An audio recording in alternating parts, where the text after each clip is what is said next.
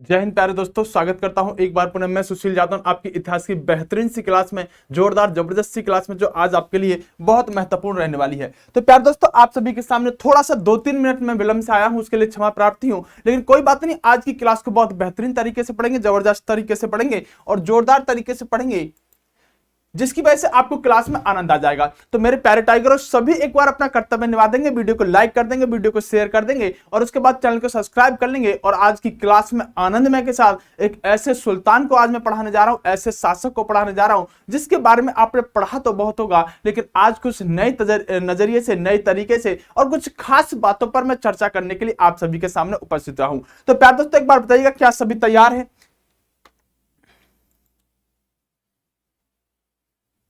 बताइएगा एक बार, क्या सभी तैयार हैं? चलिए, धर्मेंद्र यादव जी नमस्कार, मेरे भाई नमस्कार। चलिएगा, मुस्कान रावत आ गए सर। हाँ बिल्कुल, मैं आ चुका हूं, आप भी आ जाइएगा, कोई समस्या नहीं है आज तो। चलिएगा, थैंक यू मेरे भाई।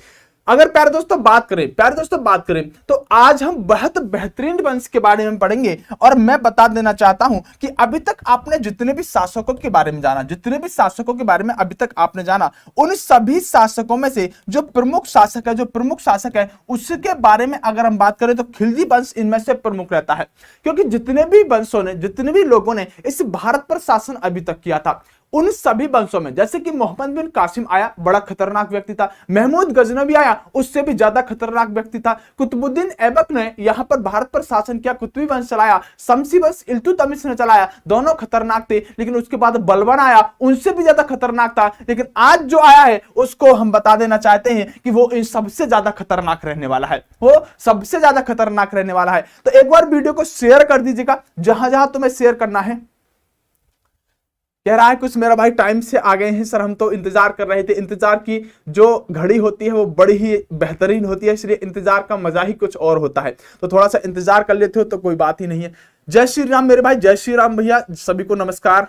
चलिएगा, लाइक वगैरह कर दिया है तो फिर क्लास को स्टार्ट करते हैं। पीडीएफ के लिए अभी भी कुछ भाई रो रहे हैं, वैसे पीडीएफ तो मैंने डलवा दी है। आइएगा, चलिए प्यारे दोस्तों, बात करते हैं आगे। देखिए, आप सभी को पता होगा, जो आप सर की क्लास होती थी वो अब सुबह ना होकर 9 बजे ही होती है। इस बात को ध्यान रखिएगा, रात को 9 बजे सभी लोग आइएगा, जिसमें बहुत बेहतरीन अंदाज में चल रहा है। ऐप डाउनलोड कर लीजिएगा अगर आपको कोर्सेज वगैरह लेने हैं। चलिए, आज के बारे में प्यारे दोस्तों हम बात करते हैं। तो आज प्यारे दोस्तों, मैं आपको जो पढ़ाने वाला हूं वो खिलजी वंश को पढ़ाने वाला हूं। और खिलजी वंश से बहुत सारी ऐसी चीजों को बताने वाला हूं जो शायद आप जानते तो होंगे, शायद आपने पढ़ा तो होगा, लेकिन मैं कुछ और ही नजरिए में पढ़ाने वाला हूं। चलिए देखिए प्यारे दोस्तों, अगर मैं आपसे बात करूं खिलजी वंश के बारे में, तो मैंने कहा कि बलबन ने जब भारत पर शासन किया था तो बड़ा ही कट्टर व्यक्ति हुआ करता था। मैंने उसके नाम से ही अर्थ निकालकर आपको दिया था कि बल मतलब बलबन, मतलब बल से शासन करना, बल से शासन करना। उससे पहले मैं आपको एक समस्या का समाधान कर देता हूं, जो मैं अक्सर कर देता हूं, लेकिन शायद मैंने इस क्लास में नहीं किया था। देखो, अगर हम दिल्ली सल्तनत के वंशों की बात करें, दिल्ली सल्तनत के वंशों की बात करें, तो जो दिल्ली सल्तनत के वंश होते हैं ना, जैसे कि सबसे पहला वंश होता है प्यारे दोस्तों, सबसे पहला वंश कौन सा होता है जरा बताइएगा कमेंट करके। दिल्ली सल्तनत पर जब हम बात करते हैं तो ये दिल्ली सल्तनत जो होता है प्यारे दोस्तों, जरा बता देता हूं मैं, बाद में फिर आपको समस्या नहीं आएगी। ये दिल्ली सल्तनत होता है। चलिए, इस पर अगर हम पहले वंश की बात करें तो वैसे तो कुतुबी वंश था, लेकिन कुतुबी वंश जो था वो कुतुबुद्दीन ऐबक ने चलाया था। तब हम ये कह सकते हैं पहला जो वंश था वो गुलाम वंश रहने वाला था। कौन सा? गुलाम वंश पहला वंश रहता है, ये बात आप सभी को पता होगी। और अगर गुलाम वंश पहला वंश है तो गुलाम वंश के बाद आज हम कौन सा वंश पढ़ रहे हैं? तो आज हम पढ़ रहे हैं खिलजी वंश। कौन सा? खिलजी वंश। तो यहां तक कोई समस्या आपको नहीं होने वाली, यहां तक कोई समस्या आपको नहीं होने वाली। यानी इसके बाद, यानी आज आप खिलजी वंश पढ़ रहे हैं और गुलाम वंश के बाद आता है, उसके बाद जो अगला वंश आता है प्यारे दोस्तों, जिसने दिल्ली सल्तनत पर शासन किया, वो रहता है तुगलक वंश। कौन सा? तुगलक वंश। यानी गुलाम वंश, खिलजी वंश और तुगलक वंश। उसके बाद प्यारे दोस्तों हम बात करें गुलाम वंश, खिलजी वंश और तुगलक वंश, इसको एक ट्रिक के माध्यम से मैं आपको बताने की कोशिश कर रहा हूं। इसके बाद कौन सा आएगा फटाफट से बताइएगा। चलिएगा, उसके बाद हम बात करें तो इसके बाद आएगा सैयद वंश। क्या? सैयद वंश। और अगर सैयद वंश के बाद हम बात करें तो उसके बाद जो आएगा उसे आप लोधी वंश कहोगे। कौन सा वंश कहोगे? लोधी वंश कहोगे। उम्मीद करता हूं कि आपको बहुत अच्छी तरह से दिख रहा होगा। देखो अगर हम बात करें तो जो आपका पीईटी का एग्जाम है, एक बच्चे ने कमेंट किया था सर जो पीईटी का जो हमारा सिलेबस है उस पीईटी के सिलेबस में हमें तो यहां पर गुलाम वंश दिखाई नहीं दे रहा। तो प्यारे टाइगरों, इन पांचों के पांचों वंशों को अगर हम मिला दें तो इन्हीं से मिलकर बन जाती है दिल्ली सल्तनत। और आपके जो पीईटी का सिलेबस है उसमें ये वंश खोलकर नहीं दिए, लेकिन आपको ये दिल्ली सल्तनत देखने के लिए जरूर मिल जाएगा। तो ऐसा नहीं है कि पीईटी वालों के सिलेबस में नहीं है, ये नहीं है, बिल्कुल है। अब देखो आपको ये वंश क्रम से याद रखने हैं, क्योंकि एसएससी के पिछले वर्ष के अगर मैं प्रश्नों को उठाऊं तो एसएससी के पिछले वर्षों के प्रश्न में बहुत सारे प्रश्न ऐसे हैं जो यहां से वंशों से ही पूछे। जैसे कि उसने प्रश्न पूछा है कि तुगलक वंश से पहले शासन करने वाला और तुगलक वंश के बाद शासन करने वाला कौन सा वंश हुआ करता था क्रम से? खिलजी और सैयद। ये प्रश्न पूछा गया है सेम ऐसे। एसएससी प्रश्न यहां से पूछता है, जैसे कि जीडी में आने की भी संभावना है, कि तुगलक वंश के बाद दिल्ली सल्तनत पर किसने शासन किया? तो आप कहेंगे तुगलक वंश के बाद सैयद वंश ने यहां शासन करने का काम किया। तो ये कुछ ऐसी चीजें हैं जो आपको एक क्रम हर हाल में याद ही रखना होगा। 1 2 3 4 और 5। यानी अगर आपसे कोई पूछता भी है कि दिल्ली सल्तनत पर कितने वंशों ने शासन किया, आप कहेंगे 5 वंशों ने शासन किया। मैं आपको एक ट्रिक बता देता हूं, एक इसका तरीका बता देता हूं जिससे कि आप ये कभी भी नहीं भूलेंगे। देखिए ट्रिक तो आप कोई भी बना सकते हैं, लेकिन मैं सामान्य से बता देता हूं। आप याद रखिएगा एक ट्रिक जो कि यहां पर बनाई गई है, जीके तो सरल लगती है, जीके तो सरल लगती है। समझ में आया? जीके मतलब जीके तो सरल लगती है। क्यों? क्योंकि हम सुशील सर से पढ़ते हैं। जीके तो सरल लगती है, और जी से आप ध्यान रखेंगे, जी से बनाएंगे गुलाम वंश, के से बनाएंगे खिलजी वंश, टी से बनाएंगे तुगलक वंश, एस से बनाएंगे सैयद वंश और एल से बनाएंगे लोधी वंश। यानी जीके तो सरल लगती है, गुड़ खा तसले में, गुड़ खा तसले में। आप अपने हिसाब से कोई भी ट्रिक बना सकते हैं, लेकिन आपको क्रम याद रखना होगा। क्या याद रखना होगा? ये क्रम याद रखना होगा, क्योंकि हम गुलाम वंश को पढ़ चुके हैं, खिलजी वंश आज पढ़ेंगे, उसके बाद अगला वंश रहेगा तुगलक वंश। समझ में आई मेरी बात? समझ में आई? चलिएगा। गुलाम खा ले तब सांस लूं।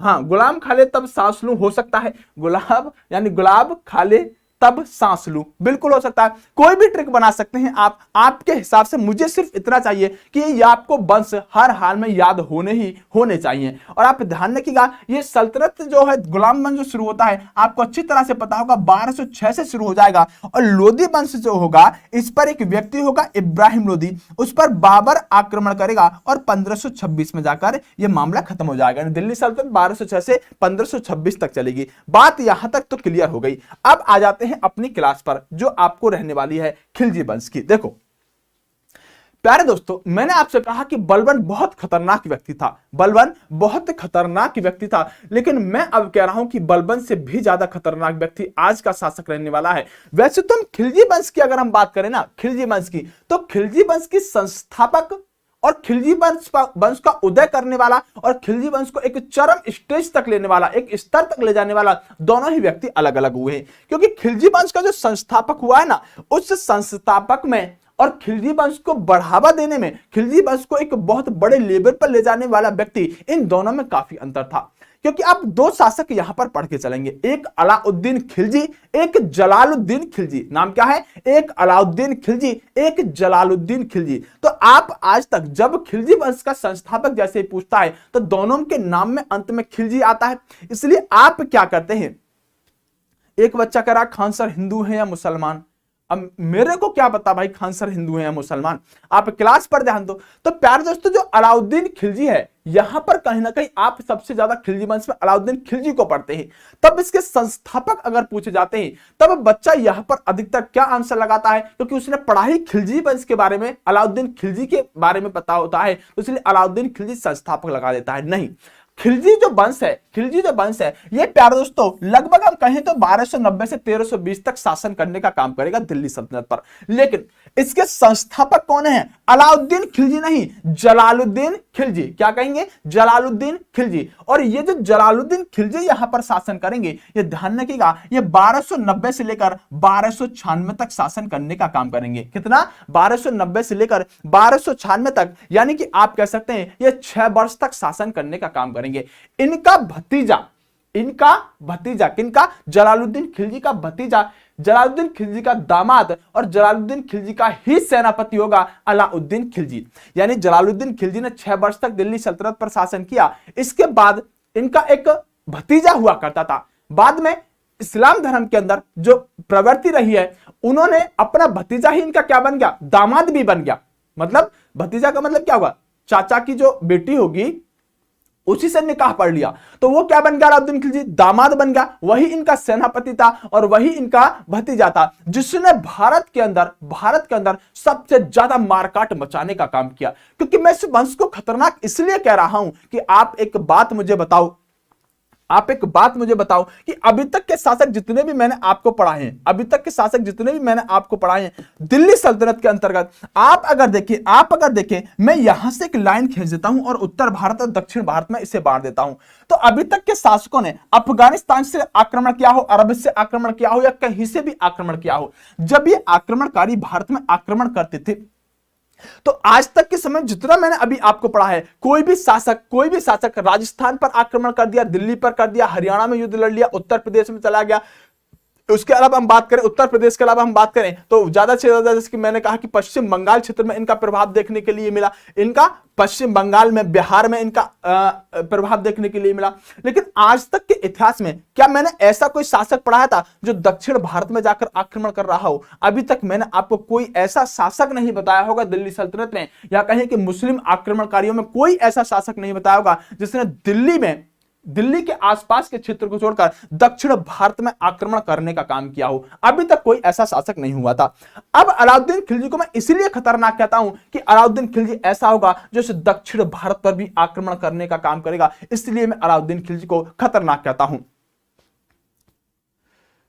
चलिएगा विकास दिवाकर, चलिएगा, मैंने आपका कमेंट पढ़ लिया है, आइएगा। हम उन सब चीजों पर बात करना नहीं चाहते, चाहे खान सर हो चाहे कोई और सर हो, प्लीज यहां पर पढ़ लीजिएगा। मुझे तो वैसे ही आप लोग इतना ज्यादा टॉर्चर करते हो, आपके कमेंट कभी कभी पढ़ लेता हूं तो उसमें खतरनाक कमेंट 5-6 मिल ही जाते हैं। अब उन कमेंटों के बारे में मैं क्या बताऊं, कई बार तो लोग इतना तक कह देते हैं कि सर हम आपको छोड़ेंगे नहीं, आपने इस्लाम धर्म के बारे में इतना गलत पढ़ा दिया। तो ये चीजें जो है प्यारे दोस्तों, अब मैं क्या बताऊं, कई बच्चों ने तो ऐसी कमेंट करी थी, अब वो बच्चे होंगे या टीचर होंगे या ठेकेदार होंगे धर्म के, मुझे नहीं पता, कि सर आपके खिलाफ हम कानूनी कार्रवाई करने वाले हैं, आपने इस्लाम धर्म के बारे में गलत पढ़ा दिया। अब मैंने कहा मेरे लाल तू ये बता कि अब मैं इस्लाम धर्म के बारे में क्या पढ़ाऊं, तुम वो बता दो। अब उसने कहा कि आप जो पढ़ा रहे हैं वो किताबों में से पढ़ के बता रहे हैं। तो मैंने कहा तू खुदा का फरिश्ता है, तू देख कर पढ़ाएगा क्या, तूने भी तो किताबों से ही जाना होगा। चलिए प्यारे दोस्तों, यानी अलाउद्दीन खिलजी इतनी इसलिए खतरनाक है क्योंकि दक्षिण भारत पर आक्रमण करने वाले सबसे पहले अगर मैं व्यक्ति की बात करूं तो अलाउद्दीन खिलजी ही रहने वाला है। इससे पहले किसी भी व्यक्ति ने दक्षिण भारत पर आक्रमण नहीं किया था। यह बड़ा खतरनाक व्यक्ति रहने वाला है। अब इस बात को समझने की कोशिश करो प्यारे दोस्तों, जिस बात पर मैं आपका ध्यान केंद्रित करने वाला हूं, यह अलाउद्दीन खिलजी इसलिए खतरनाक था क्योंकि इस व्यक्ति ने क्या किया है उस पर हम थोड़ा सा विस्तार से पर चर्चा करते हैं। देखो, अलाउद्दीन खिलजी का मानना यह था कि मैं अपने आप को सिकंदर बनाना चाहता हूं। किसी ने बचपन में इसको सिकंदर की कहानी सिखा दी होगी, सुना दी होगी, और जब सिकंदर की कहानी इस व्यक्ति को सुनाई तो सिकंदर की कहानी सुनाने के बाद अलाउद्दीन खिलजी कहने लगा कि मैं दूसरा सिकंदर कहलाऊंगा। मतलब क्या था, मैं जैसे सिकंदर ने पूरी दुनिया जीती थी ऐसे मैं भी पूरी दुनिया जीत के दिखाऊंगा, और मैं क्या कहलाऊंगा, मैं दूसरा सिकंदर या सिकंदर सानी कहलाऊंगा। लोगों ने कहा इससे कि सिकंदर के पास उसके गुरु अरतु हुआ करते थे, लेकिन तू अगर पूरी दुनिया का सिकंदर बनना चाहता है, पूरी दुनिया को जीतना चाहता है, तो आखिरकार तेरे पास ऐसा क्या है? इसने कहा मेरे पास भी ऐसा बहुत कुछ है जिससे मैं पूरी दुनिया जीतने का काम करूंगा। इसी उद्देश्य से इसको लगा कि अगर मुझे पूरी दुनिया जीतनी है तो पूरी दुनिया जीतने के लिए मुझे क्या चाहिए, मुझे बड़ी सेना चाहिए, और जब बड़ी सेना होगी उस बड़ी सेना के लिए क्या चाहिए, मुझे वेतन चाहिए, और अगर वेतन चाहिए तो फिर मेरे पास पैसा होना चाहिए। और पैसा कहां से आएगा? पैसा टैक्स यानी कर के माध्यम से आएगा, और कर मैं तभी ले सकता हूं जब मैं सुल्तान होऊंगा। सुल्तान कौन है? अलाउद्दीन खिलजी नहीं, सुल्तान खिलजी वंश का हुआ करता था इसका चाचा, जिसका नाम था जलालुद्दीन खिलजी। यानी ये कहीं ना कहीं अपनी खिचड़ी पकाने की कोशिश कर रहा था जब इसका चाचा अपनी गद्दी पर बैठने का काम कर रहा था। इसको एक अलग ही एटीट्यूड, अलग ही लेवल की चीजें चल रही थी कि मुझे क्या पूरी दुनिया जीतनी है, दुनिया जीतने के लिए सुल्तान बनना चाहिए और सुल्तान बनने के लिए चाचा को रास्ते से हटाना पड़ेगा। अब प्यारे दोस्तों, आप एक बात बताओ कि अगर भारत के अंदर अलाउद्दीन खिलजी जैसे लोग हैं और जो बाहर से आकर आक्रमण करके शासक बनने का काम कर रहे हैं और इन्होंने खुद में ही मारकाट मचानी शुरू कर दी है, जब ये खुद के चाचाओं को नहीं छोड़ रहे हैं तो निश्चित सी बात है बड़े खतरनाक व्यक्ति तो ये रहने ही वाले होंगे। अगर मैं जलालुद्दीन खिलजी के विचारों की बात करूं और अलाउद्दीन खिलजी के विचारों की बात करूं, इस व्यक्ति ने क्या किया, जलालुद्दीन खिलजी ने गलती से एक बार आक्रमण कर दिया 1292 में। कहां पर? रणथंबोर पर। कहां पर इस व्यक्ति ने आक्रमण कर दिया? इस व्यक्ति ने 1292 में एक आक्रमण कर दिया। चलिएगा, अलाउद्दीन खिलजी ने यहां पर एक पॉइंट, एक मिनट, चलिए कोई बात नहीं है, एक पॉइंट यहां से मिस हो गया, मैं क्लियर कराता हूं। इस व्यक्ति ने क्या किया? इस व्यक्ति ने जलालुद्दीन खिलजी ने 1292 में आक्रमण कर दिया राजस्थान पर। और 1292 में जब इस व्यक्ति ने राजस्थान पर आक्रमण किया तो पाया कि राजस्थान के जो किले हैं वो इतने मजबूत हैं जिनका कोई जवाब नहीं था। उन किलों को ये चाचा इसका जलालुद्दीन खिलजी कभी भेद कर अंदर ही नहीं जा सका। तभी से समझ में आ गया कि कहीं ना कहीं आक्रमण करना, और वो भी राजस्थान जैसे क्षेत्रों पर, एक महाबेवकूफी होगी। लेकिन भतीजा क्या चाह रहा था? दुनिया का सिकंदर बनना। तो वो क्या चाहेगा? आक्रमण करना। तब इन दोनों के विचारों में बदलाव भी इसलिए पाया जाता है कि जलालुद्दीन खिलजी का मानना था कि हम कहीं पर आक्रमण ना करें, कोई भी साम्राज्य विस्तार की नीति पर ना चलें, जितना हमारा साम्राज्य है उतने में ही अपना काम चलाएं, इससे अच्छी बात कोई हो नहीं सकती। जलालुद्दीन खिलजी ऐसा चाहता था क्योंकि ये आक्रमण करके देख चुका था। लेकिन अगला ही व्यक्ति इसका भतीजा क्या चाहता है? साम्राज्य विस्तार। तब ध्यान रखेंगे इस व्यक्ति ने क्या किया कि 1292 में जो अलाउद्दीन खिलजी जो जलालुद्दीन खिलजी का सेनापति था, भतीजा था, दामाद था, इस व्यक्ति ने मालवा पर आक्रमण कर दिया। 1292 में उसने राजस्थान पर किया था, इस व्यक्ति ने 1292 में मालवा पर कर दिया। कहां पर? मालवा पर कर दिया। जब मालवा पर आक्रमण किया गया तो मालवा पर आक्रमण करने के बाद इस व्यक्ति को पता चला, मालवा कहां पड़ता है? मालवा बात करते हैं मध्य प्रदेश के आसपास पड़ता है। मालवा पर आक्रमण करने के बाद इस व्यक्ति को पता चला कि कहीं ना कहीं भारत के अंदर मुझे लूटपाट करनी है, तो लूटपाट करने के लिए मुझे मालवा पर आक्रमण करना नहीं चाहिए था। क्योंकि जब मालवा पर इसने आक्रमण किया तो मालवा के स्थानीय लोगों ने बताया कि अलाउद्दीन खिलजी तू क्या करने जा रहा है, तू मालवा पर आक्रमण क्यों कर रहा है? अरे तू एक बात तो समझने की कोशिश कर, उत्तर प्रदेश हो, राजस्थान हो, पंजाब हो, हिमाचल प्रदेश हो, बिहार हो, पश्चिम बंगाल हो, ये तो कितनी बार लूट चुके हैं। जब भी कोई आक्रमणकारी भारत पर आक्रमण करता था तो वो हमेशा इन्हीं को तो लूटने का काम करता था। अरे तुझे सोना चांदी चाहिए, तुझे भारत को लूटना है, बड़ी सेना बनाना है, तो दक्षिण भारत की तरफ बढ़ना, सोना चांदी तो वहां बहुत ज्यादा मिलता है। और वैसे भी आप जानते हैं कि दक्षिण भारत के अंदर अगर हम बात करें आज के कल्चर की, संस्कृति की, तो उत्तर भारत से ज्यादा संस्कृति कल्चर बचा हुआ है हमारे दक्षिण भारत में। अलाउद्दीन खिलजी को ये मालवा के लोग उधर दक्षिण भारत में बेचने के लिए प्रेरित कर रहे थे। अलाउद्दीन खिलजी को भी समझ में आ गया, सर मेरी चप्पल खो गई है क्लास में, कृष्णा सैनी, मेरे लाल चप्पल मैंने भी पहन रखी है इस टाइम, अगर तेरी खो गई है तो इससे ले ले। क्यों भाई, कहां से आते हैं ये लोग पता नहीं। कह रहा है मेरी चप्पल खो गई है सर क्लास में। मम्मी से बोल, मम्मी चप्पल खो गई तो झाड़ू ले लो ना, जो काम तुम्हें चप्पल से करना है वो झाड़ू से करवा ले। क्यों भाई, इसकी चप्पल खो गई है, लगातार सुबह सुबह बोहनी होती है कि मम्मी के हाथ से, इसलिए झाड़ू ले लेंगे मम्मी, कोई बात नहीं, उससे भी काम चल जाएगा। और अगर ना काम चल रहा हो तो पापा का जूता दिलवा दे, फिर पापा ने जूता पहन रखा होगा उससे बोहनी करा ले सुबह सुबह। है भाई, ऐसा तो नहीं कि चप्पल के सहारे ही जगता हो सुबह सुबह। चलो आइए, यानी कि प्यारे दोस्तों मैं कहना चाह रहा था कि पहला आक्रमण अलाउद्दीन खिलजी ने मालवा पर किया तो मालवा के लोगों ने इसको प्रेरित कर दिया दक्षिण भारत में आक्रमण करने के लिए और बता दिया कि आखिरकार आपको सोना चांदी जीतना है और लूटना है तो आप दक्षिण भारत की तरफ चले जाओ। अच्छा, मैं कह रहा हूं कि जलालुद्दीन खिलजी तो जो था ना, कि जलालुद्दीन खिलजी के विचार और अलाउद्दीन खिलजी के विचार आपस में बनते नहीं थे, क्योंकि ये व्यक्ति ऐसा था जो ये कहता था कि हमें साम्राज्य विस्तार नहीं करना, हमें कहीं आक्रमण नहीं करना। उसी वजह से आपको बताना चाहता हूं इसकी खास बात है जलालुद्दीन खिलजी की। इस व्यक्ति को मंगोल नेता जो उलुग खां था, इसने भारत पर इसी समय आक्रमण किया था जब जलालुद्दीन खिलजी यहां पर शासन कर रहा था। और इस व्यक्ति ने क्या किया कि जलालुद्दीन खिलजी ने नवीन मंगोल क्षेत्र उलुग खां को दे दिया। किसको? जो उलुग खां था, इसके नाम पर ही एक नवीन मंगोल क्षेत्र दिल्ली के अंदर बसाया और वह स्थान उन सभी लोगों को दे दिया। दोबारा समझिएगा मेरी बात को कि यह व्यक्ति बहुत अच्छा व्यक्ति था। इसी व्यक्ति के समय में उलुग खां एक व्यक्ति था, इसने भारत पर आक्रमण किया और इतना दरियादिली व्यक्ति था जलालुद्दीन खिलजी। इसने युद्ध तो लड़ा, लेकिन जब उलुग खां हार गया तो हारने के बाद इसने क्या किया कि मैं आपको मारूंगा नहीं, मैं कत्ले आम नहीं करूंगा, आपको मैं नाव में बिठाकर दूर आपके सैनिकों को छुड़वा देता हूं। इसने कहा कि महाराज मेरे कुछ सैनिक ऐसे हैं जो जाना ही नहीं चाहते, उनके लिए इसने दिल्ली के अंदर नवीन मंगोल क्षेत्र बसा दिया, जो कि मंगोल के आक्रमण उलुग खां के कुछ लोगों के लिए बसाया गया था। इतना दरियादिली हुआ करता था जलालुद्दीन खिलजी। और अलाउद्दीन खिलजी अपने आप में एक अलग ही लेवल का।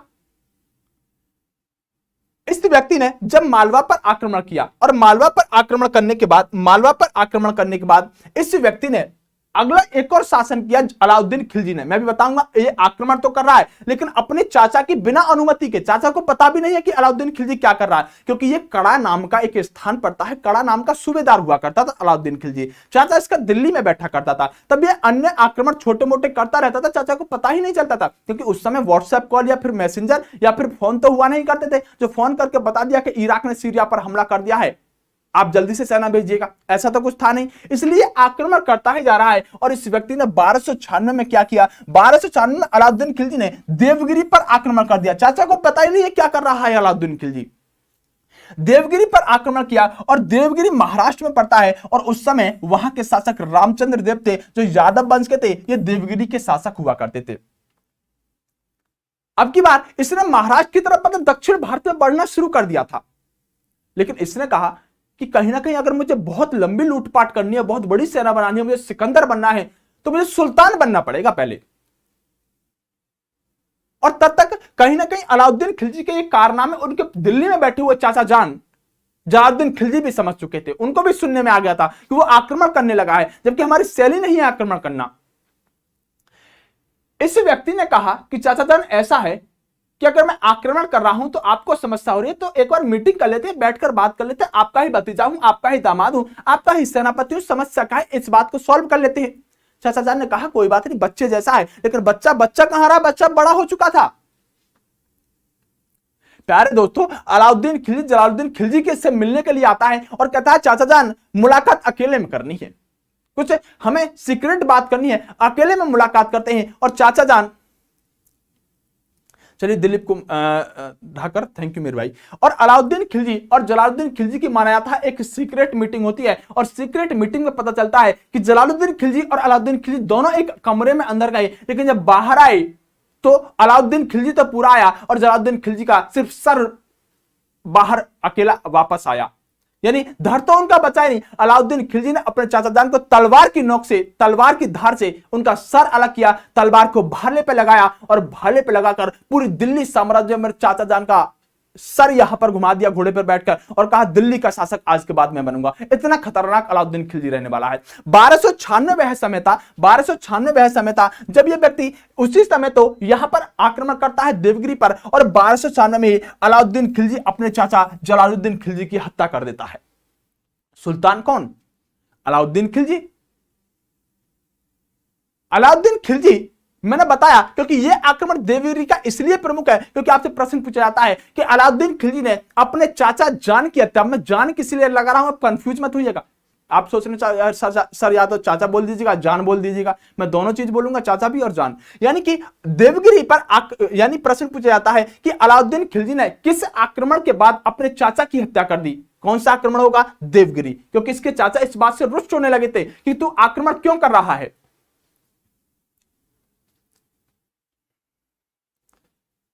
कह रहा जलालुद्दीन खिलजी को गुलाम वंश से दिल्ली सल्तनत कैसे मिली? विपिन तिवारी, अच्छा प्रश्न है।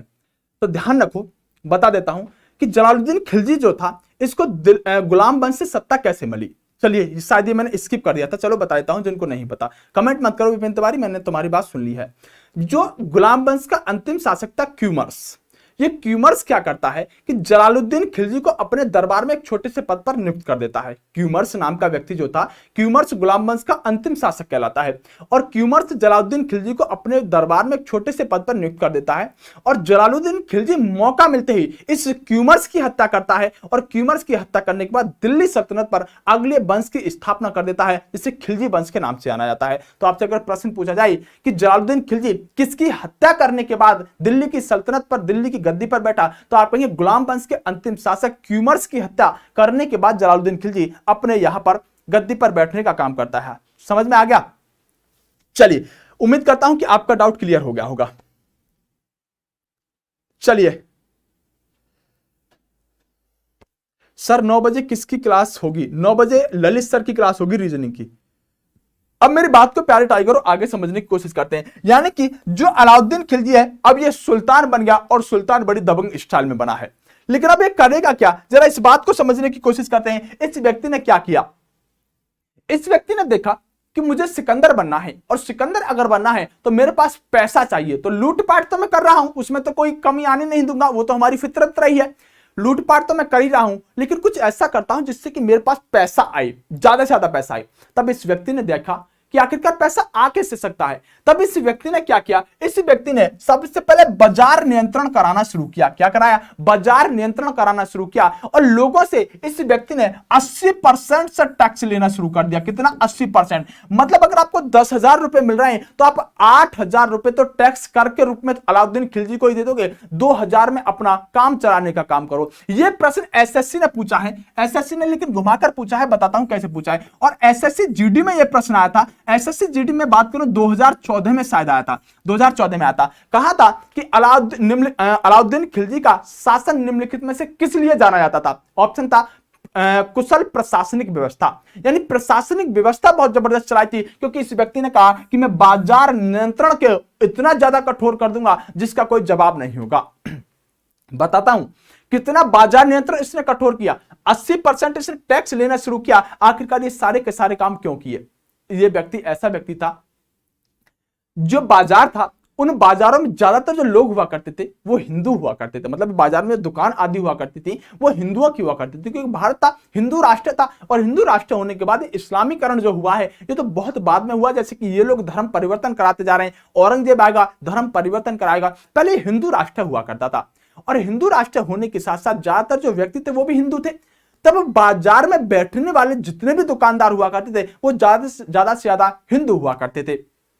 ये व्यक्ति क्या करता था? बाजार नियंत्रण तो करना चाह रहा है, लेकिन कारण कुछ और है। ये व्यक्ति बाजार में अपने छोटे छोटे गुप्तचरों को भेज दिया करता था और देखवाया करता था कि बाजार में कोई बेईमानी तो नहीं कर रहा है,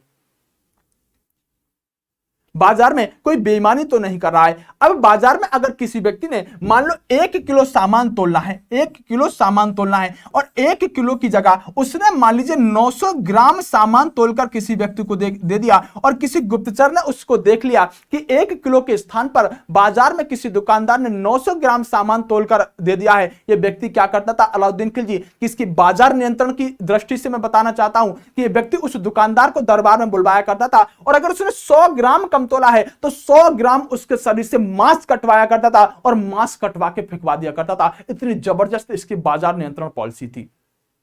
कारण क्या था? क्योंकि बाजार के अंदर ज्यादातर व्यक्ति कौन हुआ करते थे? हिंदू हुआ करते थे। इसके पीछे का कारण यह था। आपसे प्रश्न पूछा जाएगा कि बाजार नियंत्रण सबसे बेहतरीन तरीके से अलाउद्दीन खिलजी ने निम्नलिखित में से क्या किया? तो पहला काम है बाजार नियंत्रण।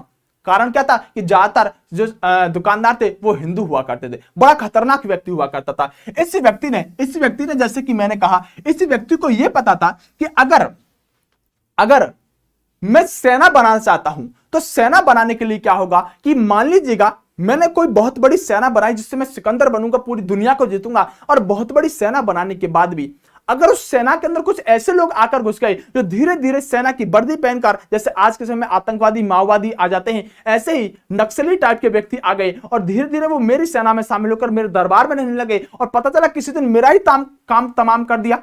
इसलिए इसको समझ में आ गया। इसलिए इसने क्या किया कि मेरी सेना में जितने भी घोड़े होंगे उन घोड़ों पर एक दाग कहते हैं निशान लगा दिया जाता है। जैसे कि आपने कई पशुओं पर देखा होगा, जो राजस्थान से लोग भेड़ बकरी चराने आते हैं, उन पर एक ऐसे करके निशान लगा हुआ होता है, जिससे पता चल जाता है कि ये मेरी भेड़ है, ये उसकी भेड़ है। तो उसने क्या किया, घोड़ों पर दाग प्रथा शुरू कराई। और जो सैनिक हुआ करता था उस समय व्हाट्सएप कॉलिंग नहीं हुआ करती थी। व्हाट्सएप आपके आईफोन 64 मेगा यानी कि आपका जो फोन है 64 मेगापिक्सल का, ऐसा कोई कैमरा नहीं हुआ करता था। इसलिए इसने क्या किया, सैनिक जो हुआ करते थे उन सैनिकों का हुलिया लिखवाना शुरू किया। मतलब सैनिक की हाइट कितनी है, सैनिक का वेट कितना है, सैनिक कहां रहता है, सैनिक का बॉडी का हुलिया। मतलब कह सकते हैं कि जो सैनिक है उसका कोई ऐसा, जैसे कि आज के समय में आप लिखते हैं कि आप कोई भी एक ऐसा निशान चिन्ह बताइए जो आप फॉरम में भरते हैं और आप बताते हैं कि मेरे बाएं गाल पर एक गोरा सा तिल है। गोरा तिल तो नहीं होता, लेकिन गोरे से गाल पर एक काला सा तिल है। तो ऐसे ही हुलिया लिखवाना शुरू किया। मोस्ट इंपोर्टेंट प्रश्न है कि किस व्यक्ति ने दाग एवं हुलिया प्रथा शुरू की, किस व्यक्ति ने दाग और हुलिया प्रथा शुरू की। आंसर क्या रहेगा, आंसर रहेगा हमारा यहां पर अलाउद्दीन खिलजी। घोड़े दागने की प्रथा अलाउद्दीन खिलजी ने शुरू की। बिल्कुल सर जी के लिए मुस्लिम लोग हैंडीकैप होते हैं। नहीं, ऐसा मेरा कुछ नहीं है मेरे भाई, ऐसा कुछ भी नहीं है। देखो मेरी बात को ध्यान से सुनिएगा एक बार। मैं आपसे इतना कहना चाहता हूं कि मेरा, जैसे कि खान सर कहते हैं कि मेरा ना कोई धर्म है ना कोई जाति है, लेकिन सच्चाई बात क्या है ना कि मैं भारत के जब इस्लाम धर्म को पढ़ाऊंगा, भारत के मुस्लिमों को पढ़ाऊंगा, भारत के मुस्लिम शासकों को पढ़ाऊंगा, तो मैं बहुत अच्छे से उसमें बता कर चलूंगा। अब इन लुटेरों के बारे में आप कहें कि मैं अच्छे से बताऊं, मैं इनकी माला लेकर स्वागत करूं, तो मैं तो करने वाला हूं नहीं। क्योंकि भारत को लूटने का काम अगर इन लोगों ने किया है तो बहुत बड़ी व्यथा है, बहुत बड़ी समस्या है। लेकिन अगर मैं एपीजे अब्दुल कलाम को पढ़ाऊंगा तो मैं बहुत अच्छे से उस चीज को पढ़ाकर चलूंगा। अगर भारत के अंदर अच्छे मुसलमानों को पढ़ाऊंगा, मेरा इस्लाम धर्म ऐसा कुछ है ही नहीं मेरे दोस्तों। लेकिन सच बात क्या है कि एक तो इन लोगों ने हमारा इतिहास लिखा उस तरीके से कि उन्होंने अपने लोगों का कभी उस तरह की चीजें लिखी नहीं जो हमारे इतिहास में हमें पढ़नी चाहिए थी। इन्होंने हमेशा जो इतिहास लिखा है वो उस लेवल का इतिहास लिखा है जिसको पढ़कर हमारा भी समस्या हो जाती है। देखो अगर समझो ये इस बात को लिखते हैं कि इन्होंने हुलिया और घोड़े दागने की प्रथा शुरू की, अलाउद्दीन खिलजी ने दाग और यानी बाजार नियंत्रण व्यवस्था शुरू की। अब आप समझो अगर ये लिखते कि अलाउद्दीन खिलजी ने भारत की 100 महिलाओं के साथ दरिंदगी की, पहला पॉइंट लिखते, पहला पॉइंट मान लिया भारत के इतिहासकार। भारत का मतलब जो इतिहासकार इतिहास लिखते थे ना वो इन्हीं के समय के थे, मतलब इन्हीं के दरबार में रहते थे, इन्हीं जैसा लिखते थे। आप समझो अगर आप मेरे शिष्य हो और आप मेरे शिष्य होने के साथ जब मेरे साथ 2-4-6 महीने रहोगे और रहने के बाद जब आप कहीं जाओगे तो किसी के सामने जाकर क्या कहोगे, सुशील सर जैसा कोई बेस्ट नहीं है, यही कहोगे जैसे कि आप अभी कह देते हो। तो जब आप कोई व्यक्ति किसी से प्रभावित होता है और उस व्यक्ति को एक पद पर रहकर इतिहास लिखने का मौका मिल जाए, जैसे कि बताता हूं, पहला पॉइंट लिख दिया कि 100 व्यक्तियों के साथ महिलाओं के साथ दरिंदगी कर दी। दूसरा लिख दिया कि भारत के मंदिरों को इतना तोड़वाया और कह दिया कि भारत के अंदर एक ही मंदिर में जिंदा नहीं छोड़ूंगा। ये पॉइंट एक दूसरा लिख दिया। तीसरा लिख दिया भारत के इतिहास में ही कि जो अंग्रेज थे भारत में, इन्होंने भारत को गुलाम बनाकर रख दिया और भारत को ये कभी आजादी नहीं करना चाहते थे। अंग्रेजों ने भारत में 500 महिलाओं को जिंदा जला देने का काम किया। और जब आप ये इतिहास पढ़ रहे होते आज के समय में, पहला पॉइंट पढ़ते, दूसरा पॉइंट पढ़ते, तीसरा पॉइंट पढ़ते और चौथा पॉइंट जैसे ही पढ़ते कहते लठ निकाल कर लाओ देखता हूं अंग्रेज कहां है, लठ निकाल कर लाओ आज इन भारत के अंदर से इन सभी का सफाया कर देता हूं। इतिहास के अंदर सच्चाई लिखी ही नहीं गई है। तो आप जरा इस बात को समझने की कोशिश करो कि जो मैं कॉन्सेप्ट क्लियर करता हूं, जो मैं आपके विचारों को विकसित करने की कोशिश करता हूं, मेरा टारगेट वहां होता है। मैं सभी धर्मों को अच्छा मानता हूं, सभी जातियों को अच्छा मानता हूं, लेकिन आप प्लस कृपा करके इधर ध्यान दे लीजिएगा। चलिएगा आगे बात करते हैं प्यारे दोस्तों। चलिए देखिए, अगर प्यारे दोस्तों हम अलाउद्दीन खिलजी की बात करें तो आपको 2 प्रश्न अभी तक मैंने आपको बताई, 2 प्रश्न मैंने आपको बताए। एक तो बाजार व्यवस्था बहुत जबरदस्त कराई, अगर किसी ने कम तोला तो मांस कटवा के फेंकवा देगा उतना। दूसरा, कोई व्यक्ति यहां पर धोखे से मेरी सेना में ना घुस जाए, इसलिए हुलिया प्रथा इसने शुरू की। घोड़े कोई लाकर ना मिला दे, जैसे कि आपको मैंने बताया होगा नाट्यरंभा घोड़ा बदल दिया था, उसी तरह से घोड़ों पर दाग प्रथा शुरू की। अब प्यारे दोस्तों आइएगा, अलाउद्दीन खिलजी ने अपने कर्मचारियों को नगद वेतन देना शुरू किया। प्रश्न ऐसे पूछा जाता है कि दिल्ली सल्तनत में वह कौन सा पहला सुल्तान था जिसने नगद वेतन पर अपनी सेना रखी। तो ध्यान रखिएगा, यह स्थायी और नगद वेतन पर सेना रखने वाला पहला व्यक्ति था। जब मैं कोई चीज पढ़ाता हूं, जब मैं कोई चीज ऐसी रटाने की, याद कराने की कोशिश करता हूं, तो मैं जानता हूं कहां पर वो सही सिद्ध हो सकती है। मैंने आपको एक बात बताई है, अलाउद्दीन खिलजी सिकंदर बनना चाहता था, और आप देखिएगा लास्ट तक सारे कॉन्सेप्टों को मैं इसी आधार पर क्लियर करता हुआ बढ़ूंगा कि अलाउद्दीन अगर सिकंदर बनना चाहता है तो उसे क्या चाहिए, सेना बड़ी चाहिए थी, और सेना जब सही रूप से काम करेगी जब आप उसे पेमेंट नगद रूप में दोगे। नगद पेमेंट, नगद पैसा देता था सेना को, जिससे वो पूरी दुनिया को जीतने का काम कर सके। स्थायी सेना रहा करती थी, उसके दरबार में अपनी सेना रहा करती थी। बात क्लियर हो गई होगी। चलिए,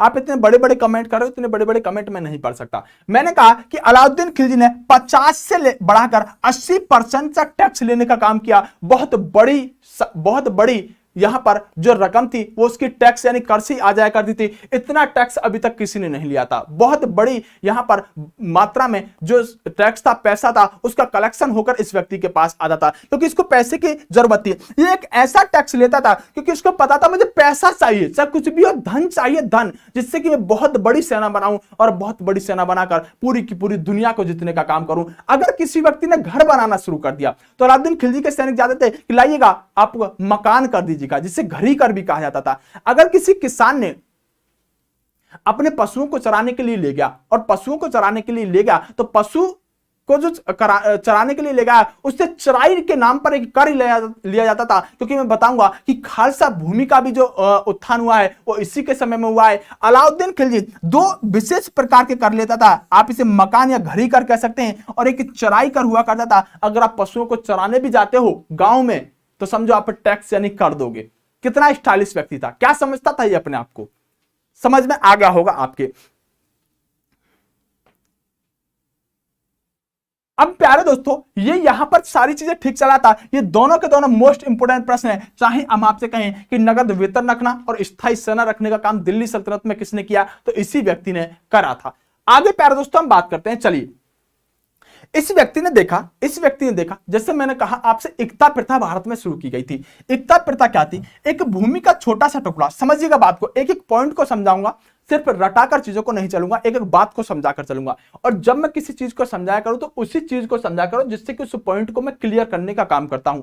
इसने देखा कि जो एकता प्रथा हुआ करती थी, इस एकता प्रथा में क्या हुआ करता था कि जो उस भूमि के हिस्से को लिया करता था उसे इक्तेदार कहा जाता था।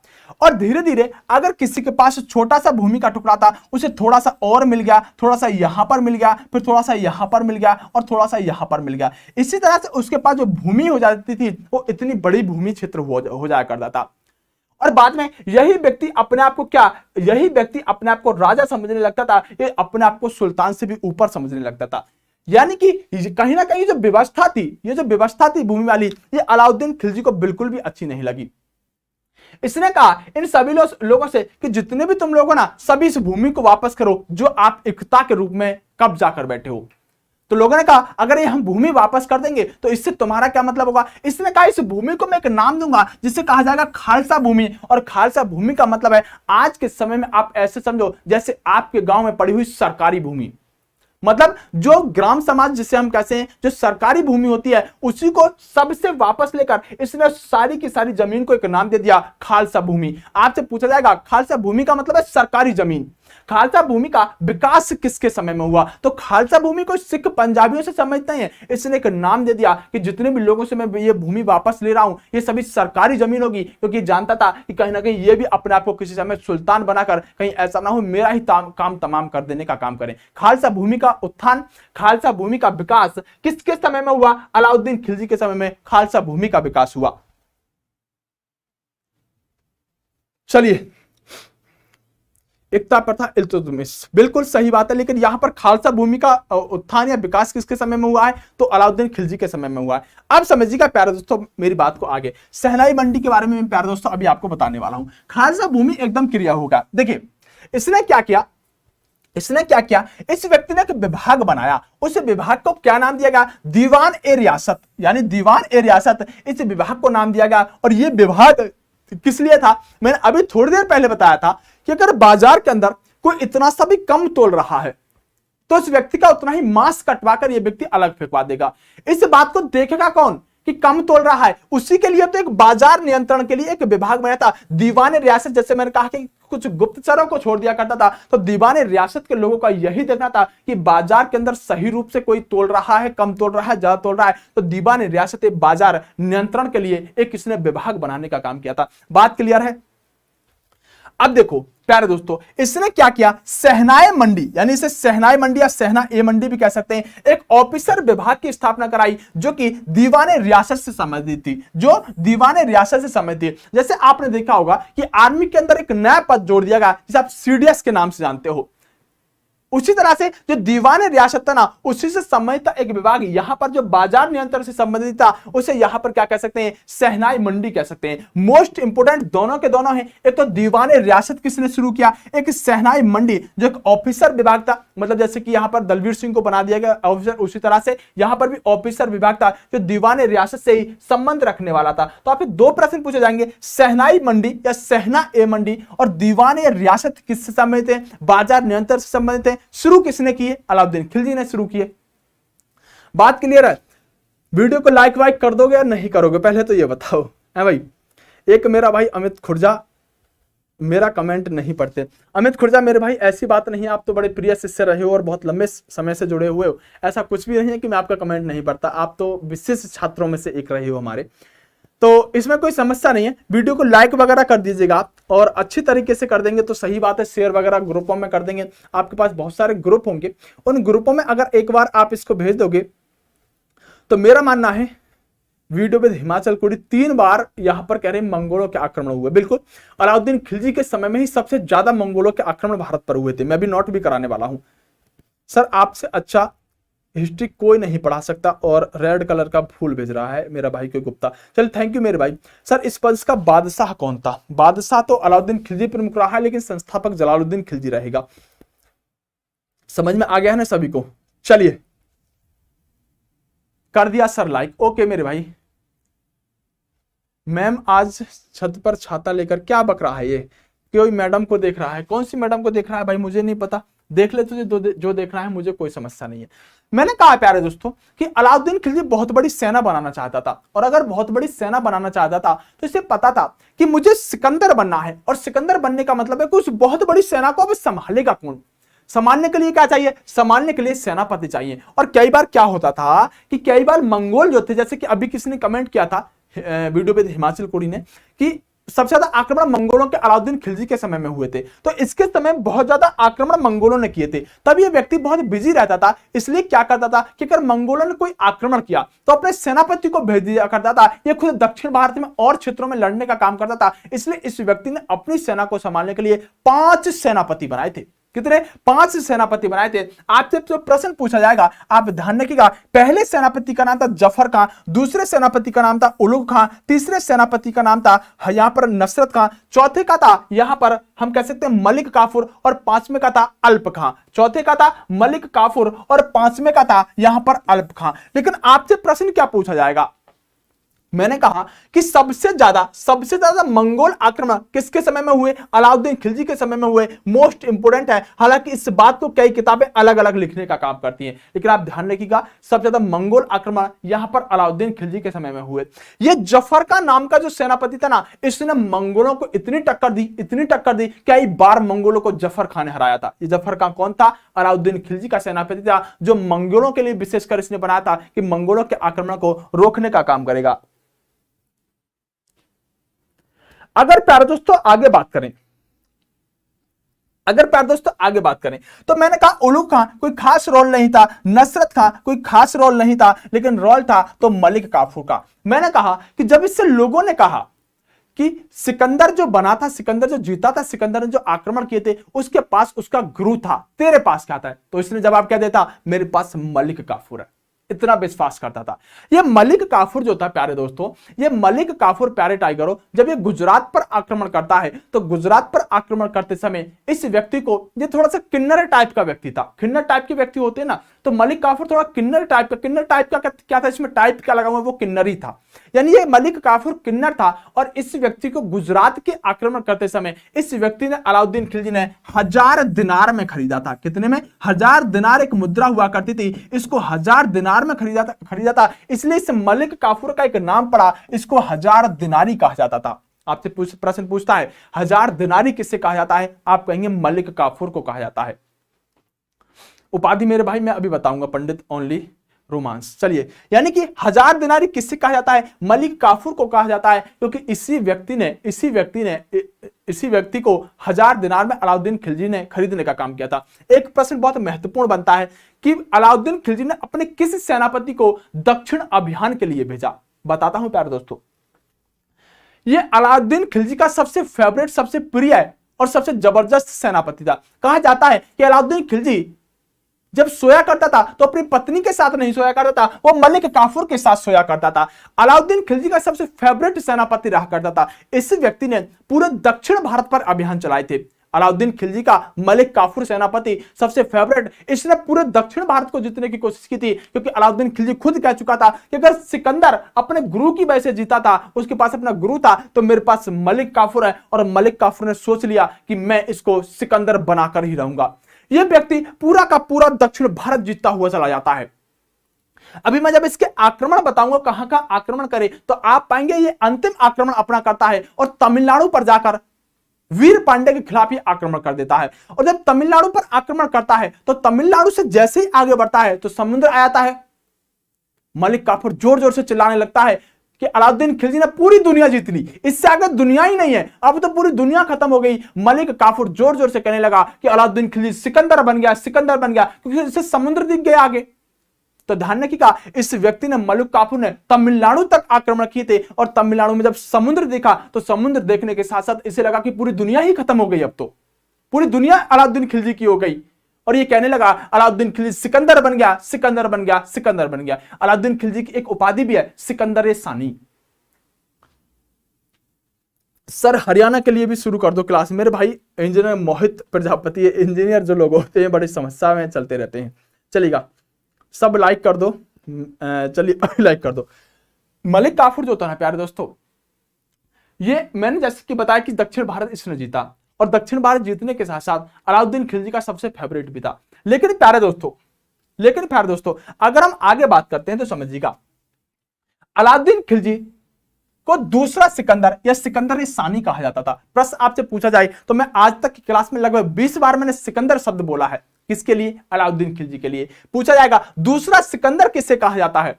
जैसे कि मैंने कहा कि इसको समुद्र दिख गया था मलिक काफूर को, इसलिए इसने क्या कह दिया कि सिकंदर ए सानी, सिकंदर बन गए अलाउद्दीन खिलजी आप तो। और एक उपाधि दी जाती है सिकंदर ए सानी।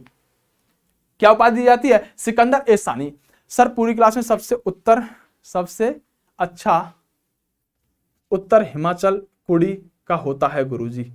चलिए अच्छी बात है, मुझे क्यों बता रहे हो और आप ध्यान क्यों दे रहे हो? फिर अगर ऐसी बात है तो फिर आप क्लास पर ही ध्यान दे लो। वह सही आंसर दे रहा है कोई व्यक्ति तो उसे देने दीजिएगा।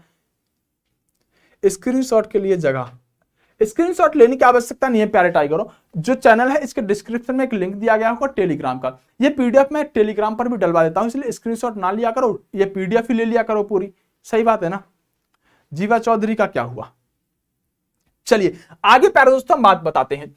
1298 में प्यारे दोस्तों अलाउद्दीन खिलजी ने गुजरात पर आक्रमण किया। और अब मैं इसके जब आक्रमण बताता हूं तो मैंने कहा कि वहीं से इस व्यक्ति ने क्या किया, वहीं से इस व्यक्ति ने मलिक काफूर को लेने का बात किया। यानी आपसे दूसरा प्रश्न क्या पूछा जा सकता है कि अलाउद्दीन खिलजी ने मलिक काफूर को कहां से लिया था? 1000 दिनार में। कितने दिनार में? मैंने कहा 1000 दिनार में मलिक काफूर को खरीदने का काम किया था। कहां से? गुजरात से अलाउद्दीन खिलजी ने मलिक काफूर को खरीदा था।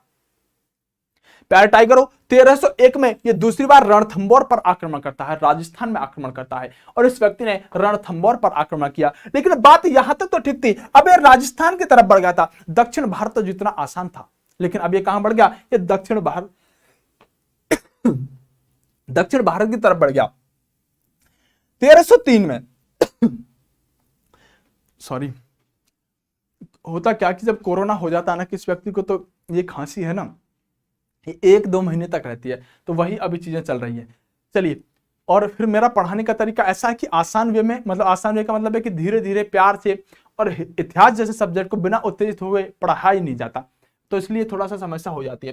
1303 में इसने चित्तौड़ पर आक्रमण किया, जिस कहानी को मैं आपको बताने वाला हूं, चित्तौड़ मतलब वही रानी पद्मावती वाला मैटर। यानी रानी पद्मावती वाले मैटर को जब मैं क्लियर करूंगा तो बहुत अच्छे से रतन सिंह के बारे में बताऊंगा, और बताऊंगा कि आखिरकार पद्मावती मूवी में जो रतन सिंह की हत्या करते हुए अलाउद्दीन खिलजी दिखाया गया है वो सच है ही नहीं। और मैं इस बात को क्लियर करूंगा किस बुक में, किस किताब में इस बात को क्लियर किया गया कि आखिरकार रतन सिंह की हत्या मालदेव नाम के व्यक्ति ने, जो कुंभलगढ़ का शासक हुआ करता था, उससे युद्ध करते समय रतन सिंह की हत्या होती है। अलाउद्दीन खिलजी ने उसको कभी मारा ही नहीं था। इन सब बातों को क्लियर करूंगा। चलिएगा, टेलीग्राम का लिंक भेजना सर। टेलीग्राम कुछ नहीं है, राहुल देसवाल सर के नाम से सर्च कर लो, 1,40,000 जिसमें मिल जाएंगे, वह टेलीग्राम चैनल होगा। लेकिन उसके भी बाद अगर आप कहें तो आप डिस्क्रिप्शन में जाइएगा, वहां पर आपको टेलीग्राम का लिंक मिल जाएगा। वहां के राजा रतन सिंह थे। इसके बारे में हम सभी बात करेंगे कल की क्लास में। लेकिन थोड़ा सा छोटा सा मुद्दा यहां पर गर्माता है, और जिसके बारे में मैं थोड़ी सी बातें आपसे क्लियर कर देता हूं। चलिए, एक मुद्दा प्यारे दोस्तों चल रहा है जिस पर मैं थोड़ा सा आता हूं। आपके कमेंट बहुत देर से देख रहा था लेकिन मैं बोल नहीं रहा था, कोई बात नहीं, आते हैं एक मुद्दे पर आते हैं जो बड़ा जबरदस्त मुद्दा है यहां पर। यानी कि प्यारे दोस्तों जरा खान सर के बारे में थोड़ी सी बात कर लेते हैं, क्योंकि शिक्षक जगत की मामला है, शिक्षक जगत का यहां पर मामला है, और शिक्षक जगत का मामला होने के साथ साथ आपके कमेंट बार बार आते जा रहे हैं, तो थोड़ी सी बात मैं इनके बारे में करता हूं। प्यारे दोस्तों, खान सर ने बिल्कुल गलत किया है। खान सर की बहुत सारी गलतियां हैं, क्योंकि आप न्यूज रिपोर्टर देख लीजिएगा या बहुत सारी वीडियो आज के समय में आ रही है। एक पाकिस्तान के मौलवी टाइप के व्यक्ति ने उनको धमकी देने की कोशिश की, और वो ऐसे शब्द प्रयोग कर रहा था। मेरी हिंदी तो काफी अच्छी है, मुझको भी वो हिंदी के फारसी शब्द समझ में नहीं आ रहे थे। बोले आपको इल्म ही नहीं है। खान सर से ऐसी कर रहा था। मैंने कहा मौलवी साहब, मतलब दिल में सोचा एक बार खान सर से आकर मिल लीजिएगा, आपको पता चल जाएगा खान सर को इल्म नहीं है या फिर इल्म आपको नहीं है। प्यारे टाइगरों, खान सर ने बिल्कुल गलत किया। खान सर जिस छोटे से बच्चे से कह रहे हैं यहां पर एक मार्क लगाकर, निशान लगाकर, कि बेटा तेरे अब्बू ने जो पिंचर साकने का काम करता था, जो पिंचर बनाने का काम करता था, कई बार खान सर भी ऐसे शब्दों का प्रयोग कर देते हैं जो बड़े काबिल तारीफ होते हैं। जो पिंचर बनाने का काम करता है, तू भी पिंचर बनाने का काम करेगा, इसलिए इस आंदोलन में भाग ना लेकर तू सिर्फ इतना कर ले, तू जाकर अपनी पढ़ाई कर ले। ऐसा नहीं करना चाहिए था खान सर को। खान सर को तो कहना चाहिए था बेटा तू बड़ा हो गया है, तू अल्लाहू अकबर के अपने जिस्म से एक बम बांध और बम बांधकर भारत में कूद जा। खान सर को ऐसा कहना चाहिए था, इन लोगों को बड़ी खुशी होती। खान सर जो पाकिस्तान के यहां पर व्यक्ति को, पाकिस्तान के प्रधानमंत्री को जो लिपस्टिक लगाकर लेकर आ रहे हैं, खान सर को ऐसा नहीं करना चाहिए था। खान सर की गलती है। इन लोगों को खुशी तो खान सर को करना था, और खान सर को खुश करने के लिए, खान सर को इन लोगों को खुश करना था जो आज कीचड़ उछालने का काम कर रहे हैं, जो एक शिक्षक पर कीचड़ उछालने का काम कर रहे हैं। खान सर को इस्लाम धर्म के बारे में बताना चाहिए था कि भारत लूटा ही इस्लाम धर्म के लोगों ने है। मैंने बताया आज तक कि पैगंबर मोहम्मद साहब के बाद जो इस्लाम धर्म के जन्मदाता संस्थापक माने जाते हैं, वही तो अरब क्षेत्र हुआ करता था, जहां से मोहम्मद बिन कासिम जैसे लोग भारत पर आक्रमण करके इसे भारत को लूटने का काम कर रहे हैं। खान सर को यह बात बतानी नहीं चाहिए थी। खान सर को तो बताना चाहिए था कि नरेंद्र मोदी जी जो हैं, ये नरेंद्र मोदी जी देश को लूटने का काम कर रहे हैं। गलती तो सारी खान सर कर देते हैं, और बाद में खान सर कहते हैं कि हमारा नाम अमित है या फैजल है। खान सर को कहना चाहिए था हमारा नाम वास्तव में अमित है। अब वो 1 मिलियन पर जाकर बताएंगे ये खान सर की गलती होने वाली है। वो बताते हैं कि हमारा नाम वास्तव में अमित है, और हम अमित नाम होने के साथ साथ हम पंचर बनाने वाले लोगों से हम इतना कहना चाहते हैं, बेटा पंचर बनाने वाली बात नहीं है, तुम पंचर बनाने के लिए नहीं हो, तुम आंदोलन में खड़े होने के लिए नहीं हो, तुम अल्लाहू अकबर का आवाज दो और भारत में जहां तुम्हें भीड़ दिखाई दे वहीं बम बांधकर कूद जाओ। बस तुम इसलिए बनाई गई हो क्योंकि वो बच्चा यहां पर बैनर तले आने के लिए नहीं था, वो यहां पर प्रदर्शन करने के लिए नहीं था, वो पंचर बांधने के लिए भी नहीं था। खान सर कैसी बातें कर देते हो आप कभी, छोटी छोटी लोगों को लोग दिल पर ले जाते हैं। पाकिस्तान का मौलवी भारत के अंदर शिक्षक को हस्तक्षेप कर रहा है और कह रहा है कि तुम इस्लाम धर्म के बारे में कुछ भी बोल रहे हो। अरे खान सर है भाई वो, तुम आ जाओ। उन्होंने कहा कि एक बार आप भी मौलाना आइएगा, आपको मैं पढ़ा देता हूं इस्लाम धर्म के बारे में। इनको ज्ञान तो कुछ होता नहीं है, जैसा कि मैं अपने इतिहास की क्लास में हमेशा बताता हुआ आता हूं आपको कि इन लोगों को ज्ञान तो कुछ होता नहीं है, और अशिक्षित ऊपर से होते हैं। और अशिक्षित होने के साथ साथ धर्म के नाम पर सबसे ज्यादा अच्छे तरीके से लोगों को भड़काया जा सकता है। एक बात बताओ, भारत के अंदर जो मुस्लिम लोग हैं, क्या भाईचारा मुस्लिम लोगों के लिए क्या भारत से ज्यादा कहीं देखा जा सकता है? अरे पाकिस्तान के अंदर जाकर देख लो एक बार क्या हाल होता है। भारत का इतिहास तुम जानते नहीं हो, दुनिया के इतिहास पर खान सर पर कीचड़ उछाड़ना शुरू कर देते हो। अरे शिक्षक है वो।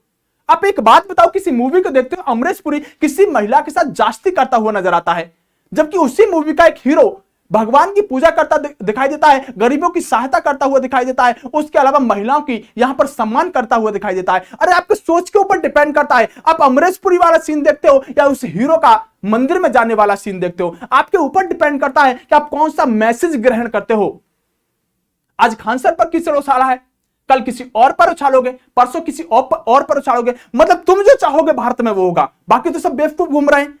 बच्चे, मैंने कहा, मुझे कमेंट कर करके ऐसे कह देते हैं हम आपके खिलाफ कार्रवाई करेंगे। अरे कर दो ना कार्रवाई, पॉलिटी मैंने भी पढ़ी है, ग्रेजुएशन मैंने भी पॉलिटी से किया, कानून मैं भी जानता हूं। एक बार करो, एक बार आप कानून कार्रवाई। मुझे इस बात का आज तक समझ में नहीं आया कि भारत की जो शिक्षक व्यवस्था है, जो भारत की जो व्यवस्था है, जो लाचार भारत के लोग व्यक्ति हो चुके हैं, जिनकी समझ, जिनकी सोच यहीं तक सीमित हो चुकी है, वो इस भारत को दोबारा विश्व गुरु बनाने के लिए क्या प्रयास करेंगे। मैंने देखा खान साहब तो छोटे छोटे बच्चों को लाकर उनका इंटरव्यू लेते हैं, ज्योग्राफी के क्वेश्चन वो बच्चे ऐसे सॉल्व कर रहे थे और गर्व से कह रहे थे मैं खान सर का स्टूडेंट हूं। अरे खान सर, आप गलत कर रहे हो। आप क्या कर रहे हो? उन बच्चों को मत सिखाओ ज्योग्राफी के इतने कठिन सवाल। उनको बताओ बेटा, अब्दुल जब जहाज कोई उड़ रहा होता है तो उसे एक सूरज उड़ाता है और एक अब्दुल उड़ाता है। तो जहाज सूरज नहीं उड़ाएगा, जहाज अब्दुल उड़ाएगा। अब्दुल को सिखाओ कि बेटा जहाज उड़ाना कैसे है, उड़ान का मतलब समझ गए होंगे आप। उन बच्चों को ज्योग्राफी के क्वेश्चन खान सर को सिखाने नहीं चाहिए थे।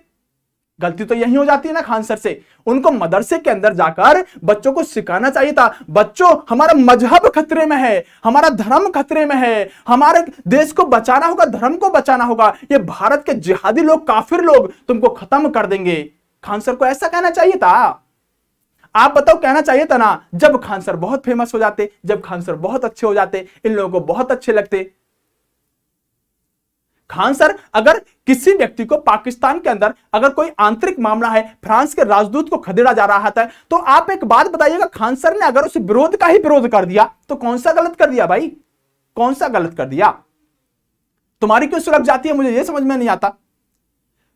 और सबसे अच्छी बात यूनिटी की है। सभी शिक्षक जो खान सर के साथ में आए हैं, यह काबिले तारीफ है, क्योंकि आज खान सर हैं, कल किसी और को दबाया जाएगा, परसों किसी और को दबाया जाएगा। दबाने से मतलब सिर्फ इतना है कि जो व्यक्ति सही कर रहा है, सही के साथ खड़ा होना सीखो, सही का साथ दो। इससे बड़ी बात कुछ हो नहीं सकती। मेरा मानना तो ऐसा है।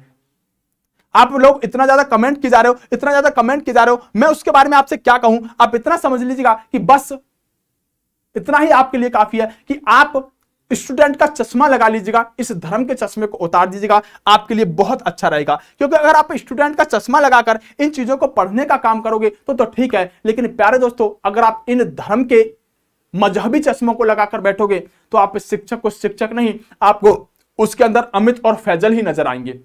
आप इसी बात में रहेंगे कि नाम अमित है या फैजल है। अरे क्या फर्क पड़ता है? अगर आपको प्यास लगी है, तो आपको पानी चाहिए। अब पानी पिलाने वाला अमित है या फैजल है, इस बात से कोई मतलब नहीं है। तुम शिक्षक से शिक्षा लो, अब शिक्षा देने वाला फैजल है या अमित है, इस बात से कोई फर्क नहीं पड़ता है। इसलिए ध्यान रखो मेरे टाइगरों, सिलेक्शन ही तुम्हारा सबसे मेन टारगेट होना चाहिए, सिलेक्शन ही सब कुछ होना चाहिए। चाहे वो सुशील जादव ने आपको, चाहे राहुल देशवाल एकेडमी आपको यहां पर वो सिलेक्शन दिलाई, या फिर हम कहें या फिर आपको फैजल अमित यहां पर सिलेक्शन दिलाई, कोई फर्क नहीं पड़ता। लेकिन फर्क तो पड़ता है जहाज सूरज उड़ाएगा या जहाज अब्दुल उड़ाएगा, उनको बस इस बात से मतलब है।